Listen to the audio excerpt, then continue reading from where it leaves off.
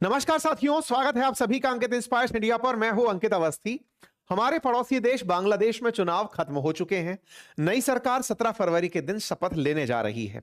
इस बार की शपथ ग्रहण समारोह में भारत को भी एज ए गेस्ट इनवाइट किया गया है। संभवतः तारिक रहमान प्रधानमंत्री पद की शपथ लेंगे। अपने शपथ कार्यक्रम में उन्होंने प्रधानमंत्री मोदी समेत दुनिया भर के कई नेताओं को, लगभग 12 से अधिक देशों को इनविटेशन भेजा है। हेडलाइंस बनती हैं कि बांग्लादेश की तरफ से भारत को इनविटेशन दिया गया और प्रधानमंत्री मोदी ने वो इनविटेशन रिसीव भी किया।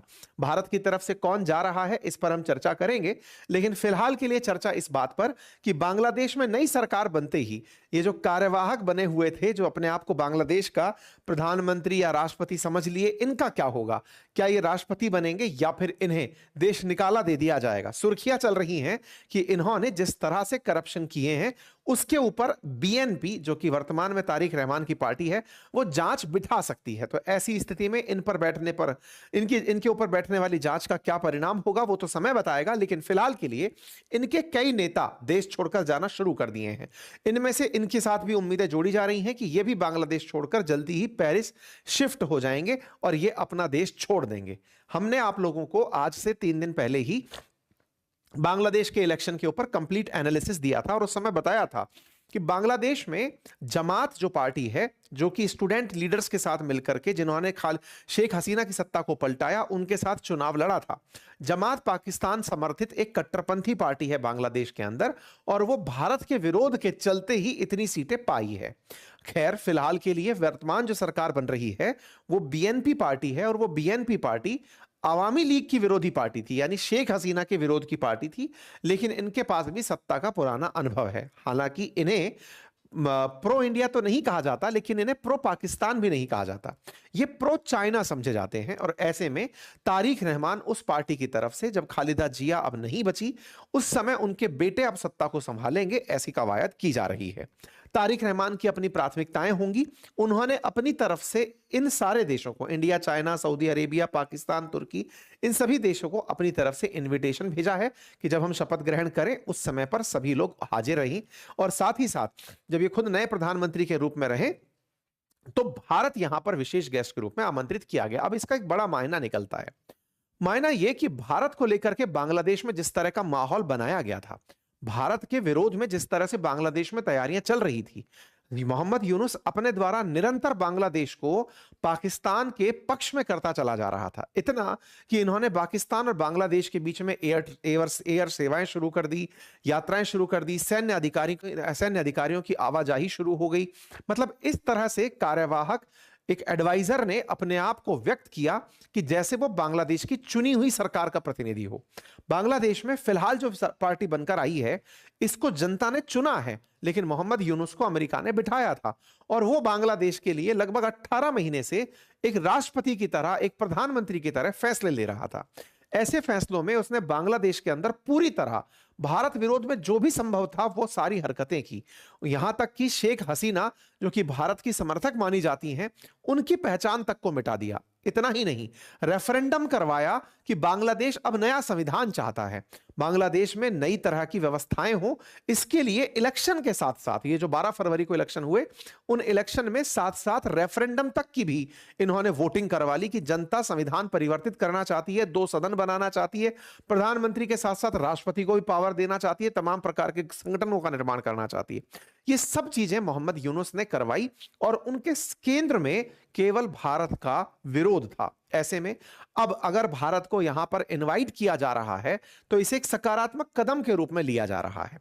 हालांकि भारत की तरफ से हमारे लोकसभा स्पीकर जो हैं वो इस शपथ ग्रहण समारोह में हाजिर होने जा रहे हैं। ओम बिड़ला जी इस कार्यक्रम में हाजिर होंगे और साथ में हमारे विदेश सचिव विक्रम मिस्त्री जी भी इस कार्यक्रम के अंदर शरीक होंगे भारत की तरफ से। प्रधानमंत्री नरेंद्र मोदी इस कार्यक्रम में क्यों नहीं जा रहे? जैसा कि आप सभी जानते हैं कि नई दिल्ली में एआई इंपैक्ट समिट चल रही है, जिस पर हमने एक डिटेल सेशन किया था और उसमें हमने आपको बताया था कि वहां पर इमानुअल मैक्रोन आ रहे हैं। ऐसे में इस एआई इंपैक्ट समिट, जिस पर मैंने आपको जानकारी देते हुए कहा था कि यह दुनिया के लिए एक बहुत बड़ी समिट है, यहां पर दुनिया भर के बड़े टेक दिग्गज आ रहे हैं। प्राप्त जानकारी के अनुसार शायद एनवीडिया की तरफ से जो उनके मालिक हैं वो नहीं आ रहे हैं। हमने अपनी सेशन में ये जानकारी जब उपस्थित थी तब ये दी थी। फिलहाल के लिए इमानुअल मैक्रोन यहां पर प्रेजेंट हो रहे हैं और प्रधानमंत्री की इमानुअल मैक्रोन से कल मीटिंग है और कल ही शपथ ग्रहण है और मैक्रोन से मीटिंग है। ऐसे में प्रधानमंत्री वहां पर प्रेजेंट नहीं हो रहे हैं। भारत में जो इमानुअल मैक्रोन की यात्रा है इसके भी बहुत मायने होंगे, क्योंकि भारत संभवतः राफेल से भी उच्च तकनीक के फाइटर जेट पर शायद इनके साथ समझौता कल कर लेगा। ऐसी सुर्खियां फिलहाल सोशल मीडिया पर चल रही हैं। बात की जाए सार्क देशों के सदस्यों को न्योता देने की, तो बांग्लादेश चाहता है, क्योंकि तारिक रहमान के जो पिता थे जिया उर रहमान, वो सार्क को संस्थापित किए थे, मतलब उनके द्वारा स्थापित किया गया था सार्क। भारत भी उसका सदस्य रहा। तो ये चाहते हैं कि उसमें जितने भी लोग थे उन्हें वापस से बुलाया जाए और सार्क के लिए अपनी पहचान को स्थापित किया जाए। इस बात के बाद में तारिक रहमान ने अपने द्वारा मीडिया का संबोधन किया और विपक्षी पार्टियों से मुलाकात की।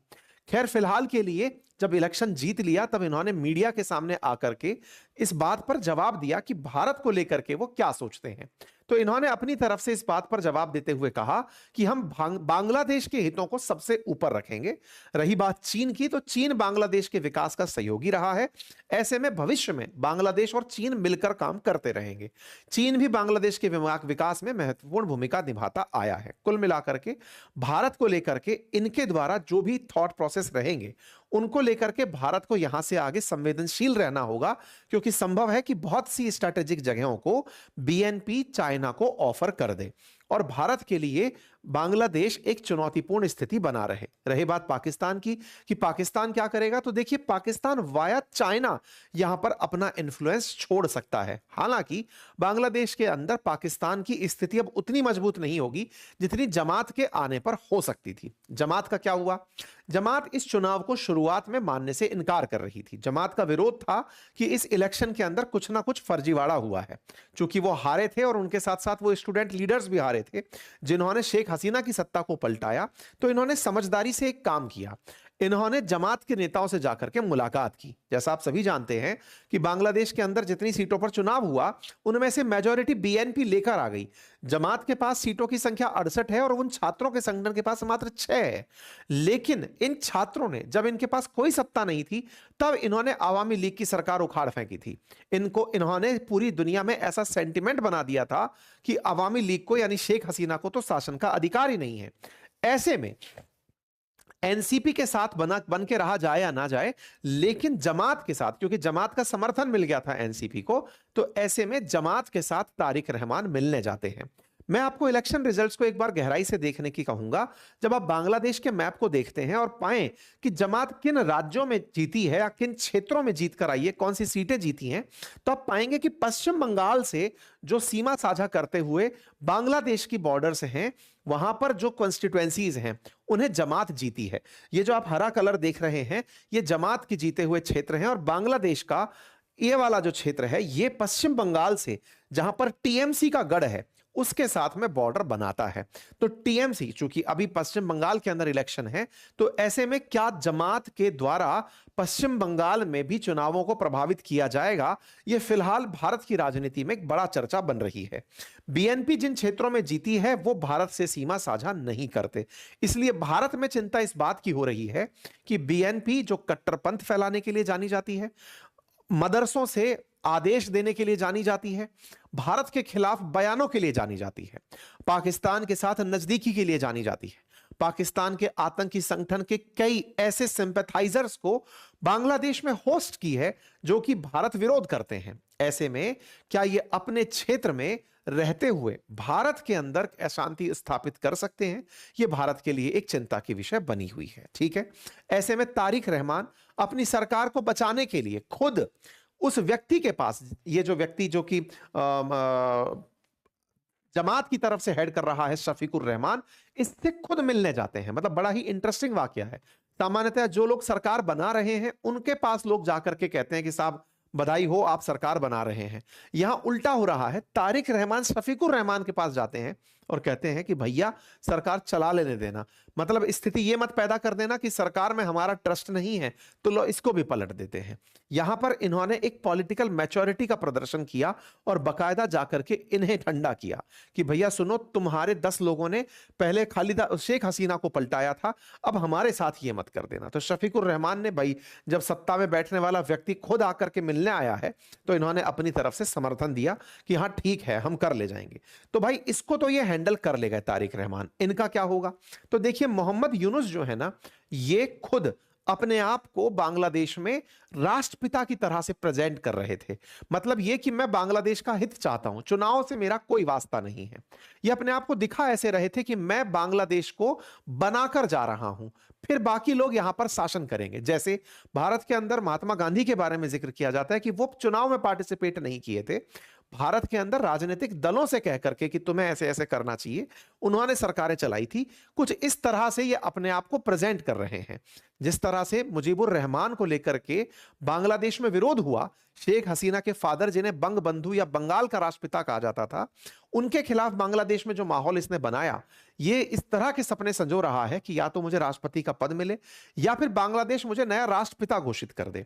और ये अपने आप के बड़प्पन को दिखाते हुए दिखाता है कि भाई देखो अब आराम से आप लोग यहां शासन करो, मैं यहां पर आपको शासन की व्यवस्था देकर जा रहा हूं। जबकि वास्तविकता यह है कि बांग्लादेश के संविधान में यह बात मेंशन है कि इलेक्शन के बाद में जब चुनाव मतलब 5 साल पूरे होने वाले होते हैं तो आखिरी समय पर जब इलेक्शन की डेट डिक्लेयर होती है तो यहां कार्यवाहक राष्ट्रपति का या कार्यवाहक सरकार चलाने के सलाहकार का पद पहले से ही बनाया हुआ है। लेकिन यह व्यक्ति पिछले 18 महीने से उसी कार्यवाहक पद को रियल पद बनाकर शासन करता आ रहा था और ऐसे में इसने पूरे मंत्रालय अपने यहां पर बनाए हुए थे।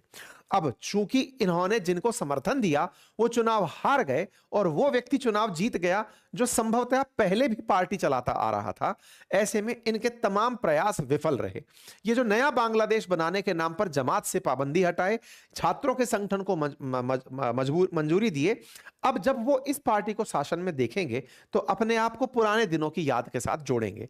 पहले भी इनके ऊपर तमाम केसेस थे, शेख हसीना ने इनके ऊपर काफी सारे केसेस किए हुए थे, लेकिन जब सत्ता पलटी तो सत्ता पलटने के बाद बांग्लादेश में इन्हें वापस से इनवाइट किया गया अमेरिका के कहने पर और इन्होंने खुद पे से केसेस हटा लिए। जहां तक बात हो बांग्लादेश के इलेक्शंस में माइनॉरिटी पॉपुलेशन की, वो चूंकि लगातार घटती जा रही है, ऐसे में बांग्लादेश में केवल 4 हिंदू ही चुनाव जीतकर आए हैं। लेकिन जब आप उनसे बात करते समय कहते हैं कि आप हिंदू हैं और चुनाव जीतकर आ गए हैं, तो वो अपनी आइडेंटिटी छुपाते हुए कहते हैं कि हमें हिंदू कह के संबोधित ना किया जाए, हम बांग्लादेशी होना ज्यादा पसंद करते हैं। खैर, फिलहाल के लिए बांग्लादेश में जो स्थिति अल्पसंख्यकों की है वो आंकड़ों में बयान होती है। लगातार 43% से आज 8% पर है। अगर 71 को भी लेकर चलें तो 20% से आज 8% पर अगर इनकी संख्या है, तो इसके पीछे बढ़ता हुआ कट्टरपंथ और बांग्लादेश में अल्पसंख्यकों का ना हो रहा संरक्षण जिम्मेदार है। कुल मिलाकर के बांग्लादेश के अंदर जो चुनाव के रिजल्ट्स हैं, उससे भारत के पश्चिम बंगाल में चुनावों को प्रभावित होने की चिंता के रूप में देखा जा रहा है। जहां तक बात हो भारत के साथ इनके संबंधों की, वो आने वाले समय में भारत हैंडल करना जानता है बीएनपी को, वो कर ले जाएगा। इनके बारे में अगर डिटेलिंग की जाए तो वो ये कि जिस दिन इलेक्शन घोषित हो, मतलब जिस दिन इलेक्शन होने वाले थे, उससे पहले एक वेल्थ स्टेटमेंट बाहर निकल कर आता है जिसमें से पता चलता है कि मोहम्मद यूनुस ने जिन 21 लोगों को मंत्री बनाया था, उनमें से 18 की जो संपत्ति है ये पिछले 1-1.5 साल के अंदर बढ़ गई है, जिनमें मोहम्मद यूनुस खुद भी शामिल है। ऐसे में जब ये वेल्थ का डेटा बाहर निकल कर आया तो मोहम्मद यूनुस के खुद एक आईटी एडवाइजर, जिनके ऊपर संपत्ति के साथ साथ भ्रष्टाचार का आरोप भी इन दिनों लगना शुरू हो गया था, वो बांग्लादेश छोड़कर जा चुके हैं। वो ऑलरेडी फ्लाइट लेकर के निकल चुके हैं। बांग्लादेश में ये बड़ी चर्चा बनी हुई है। इनके साथ में जितने भी लोग थे उन सब की संपत्ति में लगभग इजाफा हुआ है। बांग्लादेश के अंदर ये बड़ी चर्चा का विषय बना हुआ है। इनके सहयोगी फैज अहमद तैयब वो बांग्लादेश छोड़कर निकल चुके हैं। ये तारीख 14 फरवरी की बात निकल कर आती है, यानी जैसे ही बीएनपी सत्ता में आती है तत्काल प्रभाव से ये 13 तारीख को सत्ता की बात आती है और ये निकल लेते हैं। ऐसा क्या था और ये कौन थे? ये खुद शेख मोइनुद्दीन और फैज अहमद जो हैं, ये डॉक्टर यूनुस के एडवाइजर हुआ करते थे, यानी एडवाइजर ने खुद के लिए एडवाइजर रखे हुए थे। और इनके ऊपर आरोप ये था कि जिस काम को 165 करोड़ में किया जा सकता था, ये इन्होंने 326 करोड़ टका में किया था। इस काम के लिए इन्होंने एक्सरेटेड बिल बना करके बांग्लादेश में दिए थे। इसका जब पूछा गया था इनसे, तब इन्होंने कहा था कि बांग्लादेश को भविष्य के अंदर ऐसे खर्चे करने होंगे, ऐसे इन्वेस्टमेंट के लिए जरूरत पड़ेगी, इसलिए मैं बड़ी खरीद कर रहा हूं। और इनके ऊपर आरोप लगे थे कि इन्होंने अपने पद का दुरुपयोग किया और महंगे बिल कटा करके चाइनीज कंपनी हुआवे जो कंपनी है उसको इन्होंने टेंडर दे दिया था। कुल मिलाकर के जब इनके खिलाफ विरोध मोहम्मद यूनुस के समय पर ही बढ़ने लगा तो इन्हें एक कमेटी का अध्यक्ष बनाया गया, जो कमेटी इनके खिलाफ नहीं, शेख हसीना के समय पर जो खरीद हुई थी उसकी जांच करने के लिए बनाई गई थी। मतलब हद यह था कि इनकी खरीद पर उठे सवालों की बनी कमेटी ने शेख हसीना के समय पर हुई खरीदी जो थी उसकी जांच करना शुरू कर दिया था। कुल मिलाकर के बांग्लादेश को हर तरह से इन्होंने लूटा। कुल मिलाकर जब बीएनपी की सत्ता यहां आई तो ये सब एक एक करके यहां से निकलना शुरू हो रहे हैं। सूत्रों की बात माने तो चर्चा है कि बीएनपी जैसे ही सत्ता में शपथ ग्रहण करेगी वो तत्काल प्रभाव से मोहम्मद यूनुस के साथ के जितने भी मंत्री थे उनकी जांच बिठाएगी। और इसी के चलते चर्चा है कि मोहम्मद यूनुस बांग्लादेश छोड़ करके पेरिस चले जाएंगे। और उनके बारे में कहा जाता है कि पहले भी ये पेरिस में ही थे, तो ये वापस वहीं पर उड़कर चले जाएंगे। इनके साथी लोग जो हैं वो ऑलरेडी यहां से निकलकर जा चुके हैं। खैर, अब जो भी हो, भारत अब धीरे धीरे यहां से उम्मीदों की इंतजार में है कि कुछ बेहतर स्थिति यहां पर बन करके आएंगी। जहां तक बात हो भारत की कि भारत इस स्थिति से कैसे निपट रहा है, अगर चाइना भारत के बिल्कुल नजदीक बीएनपी का यूज करना शुरू कर दे तो क्या होगा।